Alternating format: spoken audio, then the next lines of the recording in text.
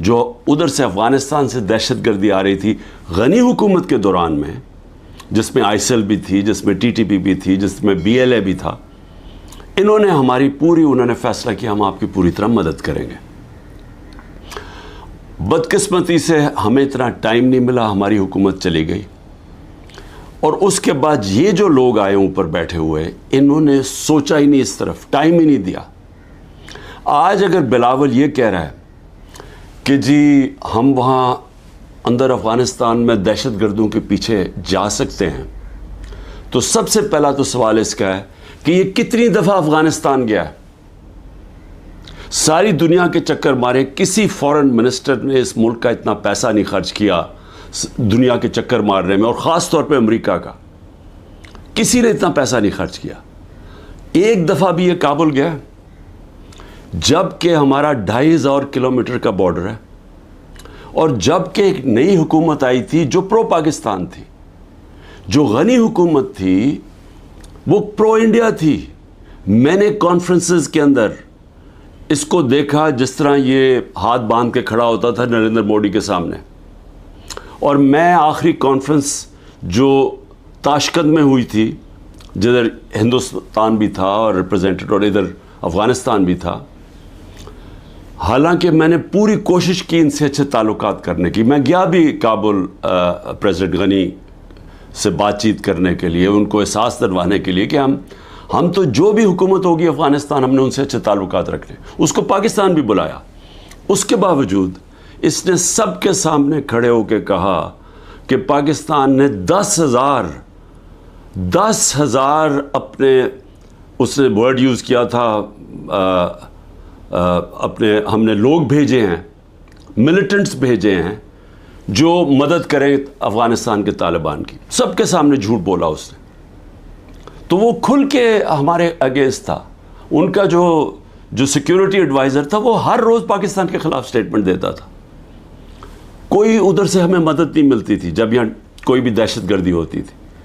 تو یہ جب حکومت چینج ہوئی تو ہمیں تو انہوں نے پوری کوآپریشن کا کہا، اور ہمیں اس وقت چاہیے تھا کہ ہم پورا فائدہ اٹھاتے، اور جو بھی ہمارے مسئلے ہیں افغانستان کے، ہم سارٹ آؤٹ کر لیتے، اور وہ تیار تھے۔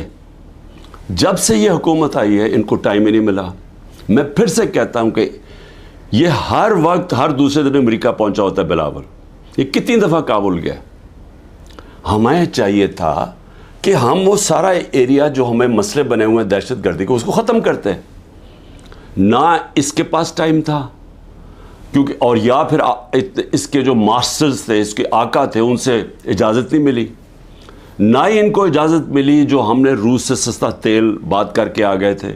صدر پوٹن نے ہمیں کہہ دیا تھا، میٹنگ ہو گئی تھی پاکستان کی انرجی منسٹر اور ان کے انرجی منسٹر کی، لیکن ان کے ڈر سے، اپنے آقاؤں کے ڈر سے، نہ یہ روس سے تیل لیا ہم نے، جبکہ تیل کی قیمت $110 پہ پہنچی ہوئی تھی، اور ہندوستان نے 40% کنسیشن کے اوپر روس سے تیل لیا، جبکہ وہ امریکہ کا ایلائی ہے، ان کی اسٹریٹجک پارٹنرشپ کے اندر ہے، اور نہ ہی ان کے ڈر سے نہ یہ وہاں گیا۔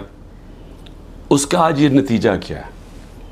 نتیجہ یہ ہے کہ ہمارے آج وہ تعلقات ہیں کہ ہم ادھر پہنچ گئے ہیں کہ ہم افغانستان کو اب یہ جو حملہ ہوتا ہے ہم ان کے اوپر ڈال رہے ہیں۔ ہم نے صحیح معنی میں کوشش کی نہیں اس وقت کہ ہم یہ اب جو ٹرانزیشن ہے اس کا فائدہ اٹھاتے ہوئے، ایک وہ حکومت جو ہمارے خلاف نہیں ہے، ہم اس کا فائدہ اٹھاتے ہوئے اپنے یہ مسئلہ حل کر دیتے، اور میں آپ کو یقین دلاتا ہوں کہ یہ مسئلہ حل ہو سکتا تھا۔ اب اس کا فال آؤٹ کیا ہے؟ فال آؤٹ یہ ہے کہ مولانا فضل الرحمان نے سٹیٹمنٹ دی۔ فضل الرحمان کہتا ہے کہ جی ہماری ایجنسیز سوئی ہوئی تھی۔ فضل الرحمان صاحب، جب ہم اتنی دیر سے کہہ رہے ہیں کہ جو 636 پختونخوا کے اندر دہشت گردی کے واقعے ہوئے ہیں، ہم کہتے جا رہے ہیں کہ ایجنسیز کا ٹائم بجائے انٹیلیجنس، اصل میں تو دہشت گردی انٹیلیجنس ایجنسیز لڑتی ہیں، بجائے ادھر ٹائم دینے کہ وہ تو صرف تحریک انصاف کو ختم کرنے کی کوشش میں تھے. جو تحریک انصاف کے گھروں میں رشتہ داروں کو اٹھایا جا رہا ہے, ان کو ٹریک کیا جا رہا ہے, ان کے فون کو ٹریک کیے جا رہے ہیں, جیو فینسنگ کی جا رہی ہے, جس طرح ہم کوئی غیر ملکی, ہم کوئی دشمن ہیں. اور وہ جو کام کرنے والا تھا وہ کام کیا نہیں. اس سے بڑھتی جا رہی ہے ساری دہشت گردی, اور خاص طور پہ پختونخوا کی پولیس کے اوپر, اسپیشلی جو پولیس کے اوپر اب اس وقت ان کا شہادتیں ہو رہی ہیں. اب اس کا کون ذمہ دار ہوگا؟ لیکن اس سے اور بھی آگے چلیں, جو پختونخوا کے لوگوں کے اندر اس وقت غصہ ہے. پی ٹی ایم کیوں بنی تھی؟ پی ٹی ایم یہ بنی تھی کہ جو ساری لڑائی, جو وار آن ٹیرر اصل تو قبائلی علاقے میں وہ اجڑ گیا, لوگوں کے گھر تباہ ہو گئے, زکوٰۃ دینے والے ہو گئے, وہ سارے لوگ نقل مکانی کرنی پڑی, لوگ اپنے گھروں سے نکل گئے, گھر جب واپس گئے گھروں میں بچا کچھ نہیں تھا. سوات کے لوگوں سے, ملاکنڈ کے لوگوں سے بھی یہی ہوا. وہ جب سارے نکلے وہاں سے باہر, جب تک واپس گئے وہ بھی زکوٰۃ دینے والے, زکوٰۃ لینے والے بن گئے. تو سب کو وہ یاد ہے, بڑی تکلیفیں انہوں نے اٹھائی, قربانیوں تو ساری اس علاقے نے دی. سب سے زیادہ جو ایک تو آپریشنز میں طالبان اور ملٹری کے بیچ میں بیچارے وہ پس گئے, اوپر سے ڈرون اٹیکس, 400 ڈرون اٹیکس کر دیے. ڈرون اٹیکس کا بھی جو سارا جو بدلہ لیا جاتا تھا وہ پاکستانی فوجیوں کے ساتھ اور پولیس کے اوپر, دونوں طرف پاکستانیوں کو نقصان ہو رہا تھا. جبکہ حکمران ایک منہ سے آواز نہیں نکلتی تھی, کیونکہ امریکی نہ ناراض ہو جائیں کہ ڈرون اٹیکس کبھی ہوا ہی نہیں ہے دنیا میں کہ جس ملک آپ کا جس کے لیے جنگ لڑنا ہے وہ آپ ہی کے اوپر حملہ کرے. تو مجھے خطرہ یہ ہے کہ اگر ہم نے اس کے اوپر جلدی سے قابو نہ پایا اور اسی طرح دہشت گردی بڑھتی گئی, تو وہاں جو پختونخوا کے لوگوں کے اندر میں غصہ دیکھ رہا ہوں یہ بڑھتا جائے گا. اور یہ میں کوئی ڈرانا نہیں چاہتا کسی کو, لیکن اگر یہی غصہ بڑھتا گیا اور یہ اس طرف چلا گیا جو آگئی جو دہشت گردی ہو رہی ہے اور وہ بڑھتی گئی, تو کیا پاکستان آج کل کے دور میں جب معاشی طور پہ ہم ویسے ہی ہمارا بدترین دور ہے, کیا ہم یہ دہشت گردی کا مقابلہ کر لیں گے؟ کیا یہ افورڈ کر سکتی ہے؟ اور کیا اس طرح کا فورن منسٹر اوپر بٹھا سکتے ہیں جو اس طرح کی پاگل پن والی سٹیٹمنٹس تھے, جو بجائے مسئلہ حل کرنے کے وہ اور مسئلہ گمبھیر کروا دے؟ تو مجھے آج اس کے اوپر خاص طور پہ مجھے یہ خوف سا آ رہا ہے کہ یہ چیزیں ہمارے ہاتھ سے نکل جائیں گی, کیونکہ جو اوپر بیٹھے ہوئے حکمران ان کی سوچ ہی کچھ اور ہے, اور سوچ تو ہمارے سامنے آئی گئی ہے. ایک تو آج شہباز شریف نے ایک اور الیکشن سے بھاگنے کے لیے ایک اور سینسس کا شوشہ چھوڑ دیا. بھئی مجھے یہ بتائیں کہ جب سے آپ آئے ہیں 15 مہینے پہلے, تو کیا تب آپ کو نہیں پتا تھا کہ الیکشن اکتوبر کے اندر ہونی ہے, نیشنل الیکشن, آپ کی ٹرم ختم ہونی ہے؟ تب آپ کو نہیں پتا تھا کہ یہ جو سینسس جو بھی ہم نے کرنا اس سے پہلے کریں؟ یہ ایک اور الیکشن بھاگنے کا انہوں نے راستہ نکال لیا. دوسرا, دونوں پختونخوا کے اندر اور پنجاب میں غیر آئینی حکومتیں چل رہی ہیں, کیئر ٹیکر. پہلے تو وہ کیئر ٹیکر ہے ہی نہیں, کیئر ٹیکر تو نیوٹرل ہوتی ہے, وہ تو انہوں نے اپنی یہ ایک نون لیگ چلا رہی ہے پنجاب, اور دوسرا وہ فضل الرحمان اور وہ ANP چلا رہی ہیں پختونخوا. یہ تو کیئر ٹیکر ہے ہی نہیں. اور ان دونوں صوبوں کے لوگ جو 70% پاکستانی ہیں, وہاں غیر آئینی لوگ بیٹھے ہوئے ہیں جن کی کوئی قانونی حیثیت نہیں ہے.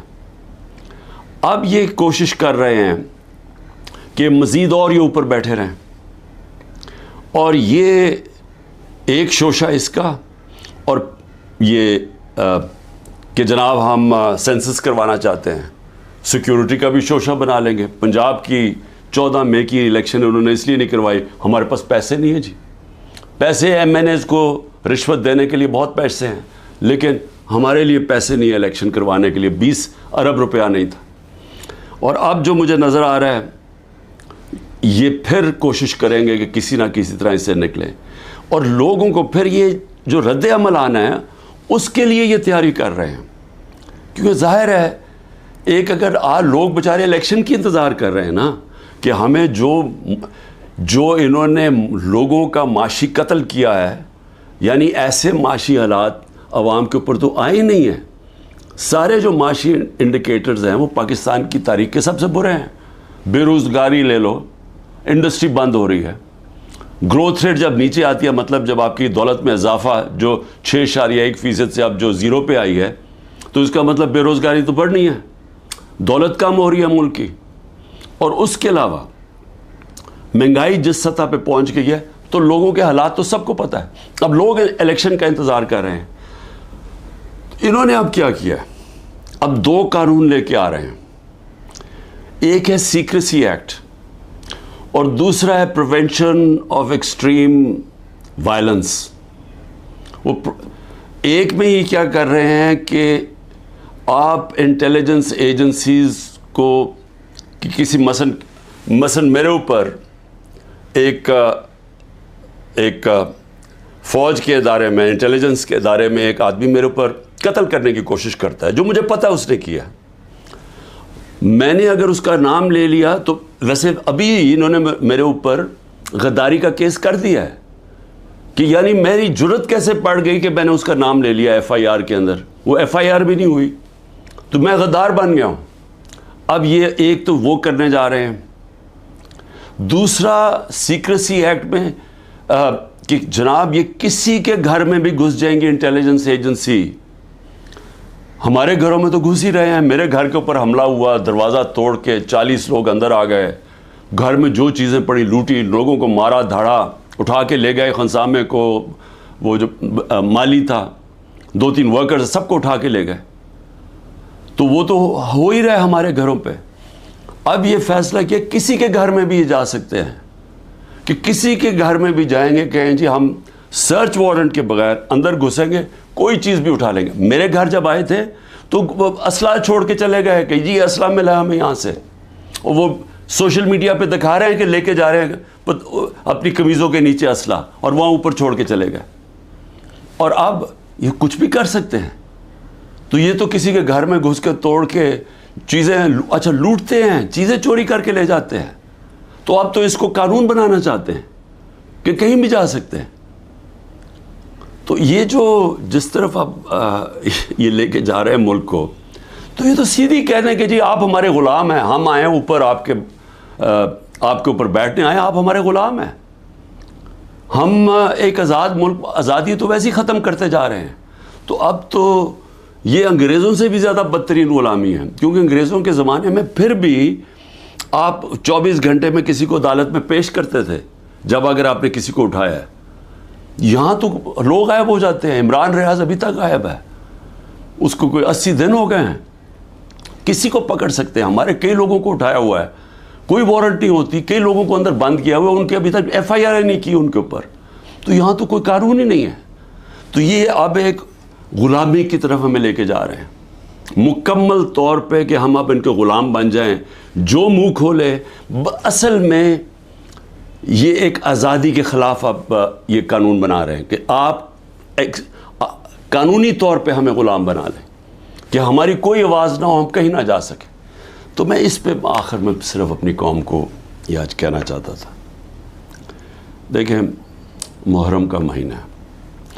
محرم میں ہمیں کیا سبق ملتا ہے؟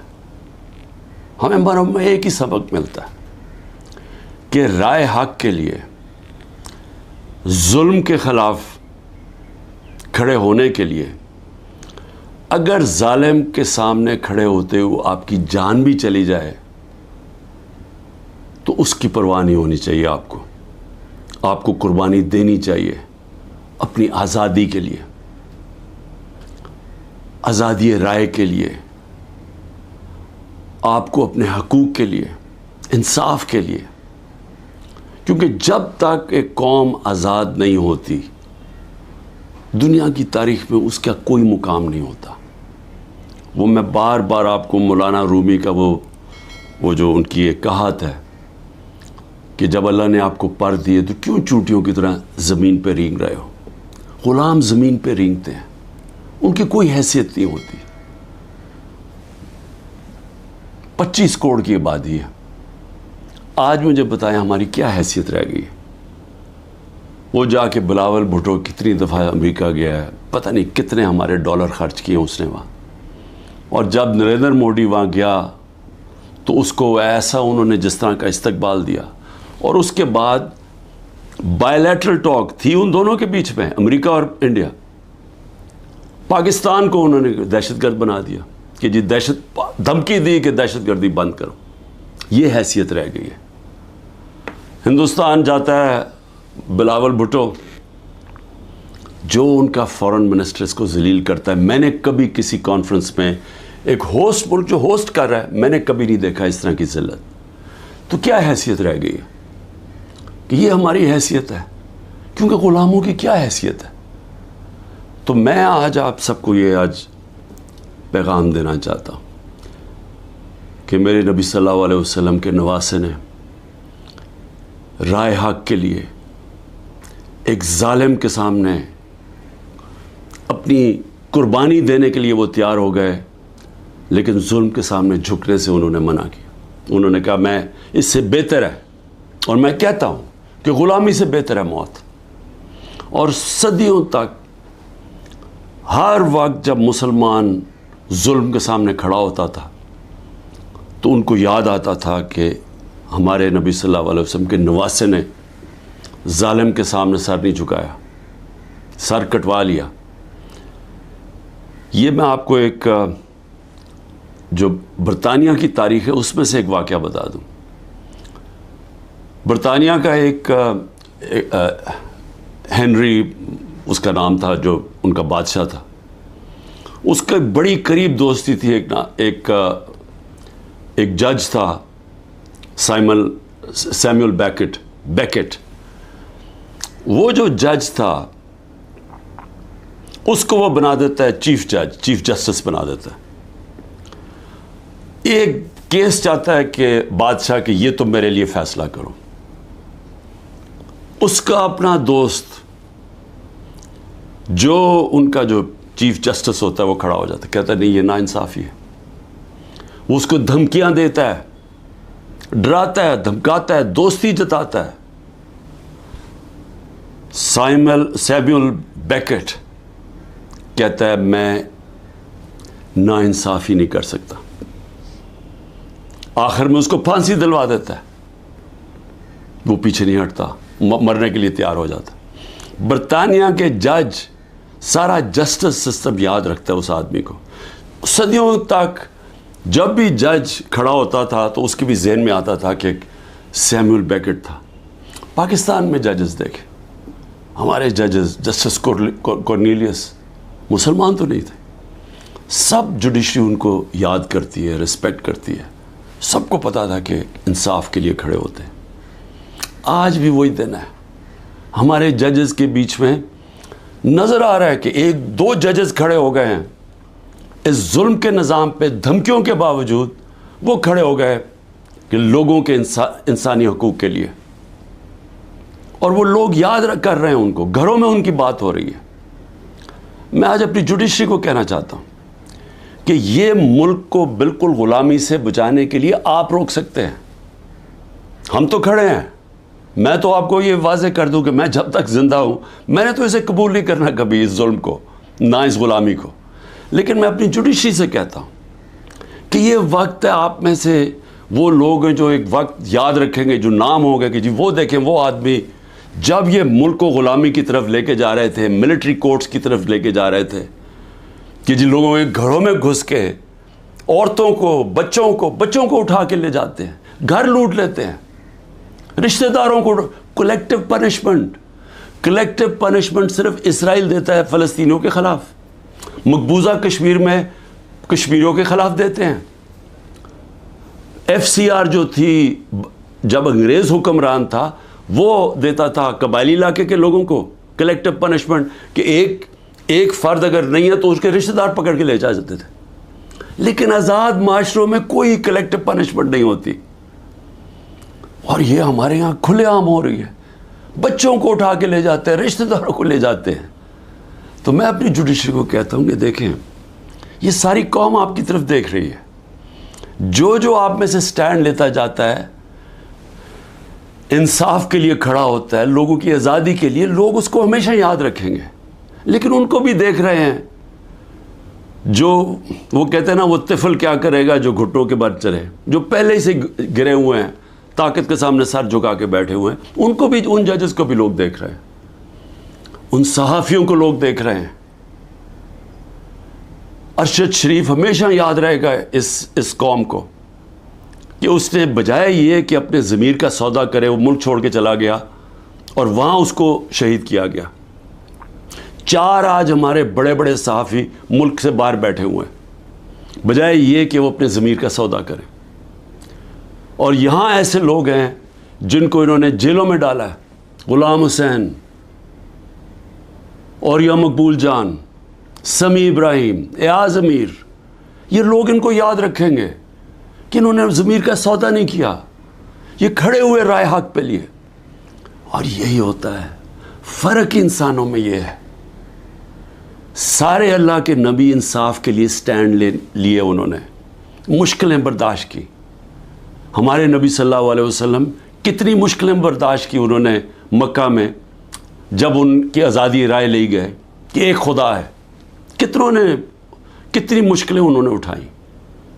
لیکن ہم ہمیشہ ان کو، اور ہمیں اللہ کہتا ہے ان کے راستے پہ چلو، اور ہم یہاں ظلم کے سامنے گھٹنے ٹیک کے بیٹھے ہوئے ہیں اور دیکھ رہے ہیں تماشا کہ سارا ملک کا اوپر گند اوپر بٹھا دیا ہے، اور ہمیں کہہ رہے ہیں کہ جی اگر آپ منہ کھولیں گے تو آپ کے گھر توڑ دیں گے، آپ کو جیلوں میں ڈال دیں گے، آپ کو ملٹری کورٹس میں ٹرائی کریں گے. اور ہمیں ڈرا کے جناب کے بھیڑ بکریوں کی طرح ہمیں رکھنا چاہتے ہیں. یہ ہے وقت سٹینڈ لینے کا. اور میں سب سے زیادہ آخر میں اپنی پارٹی کا، کہ میری پارٹی کا یہ مشکل وقت جو آیا، ایک طرح میں اللہ کا شکر کرتا ہوں کہ مجھے پہلی دفعہ نظر آیا اپنے لوگوں کا کہ کون کتنے پانی میں تھا، کس کا کتنا نظریہ تھا، کون اپرچونسٹ تھے، اور جن کو میں بالکل نہیں سمجھ رہا تھا کہ وہ ایسے سٹینڈ لینے کے قابل ہیں، کھڑے ہو گئے. وہ مشکل وقت کے سامنے کھڑے ہو گئے. میری نہیں، وہ نیچرل لیڈرز بن رہے ہیں اب. اور انشاءاللہ اس پارٹی میں الیکشن کرواؤں گا پہلے موقع پہ. نیشنل لیڈرشپ، نیچرل ہماری پولیٹیکل لیڈرشپ نکلے گی، اور یہ ہوگی انشاءاللہ وہ اصل تحریک انصاف جو اس ملک کے اندر، جو 27 سال پہلے میں نکلا تھا، انصاف کا، عدل اور انصاف اس ملک میں سب سے پہلے قائم کریں گے. پھر یہ ملک خوشحال ہوگا. وہ انشاءاللہ وہ لیڈرشپ نکل رہی ہے. پاکستان زندہ باد.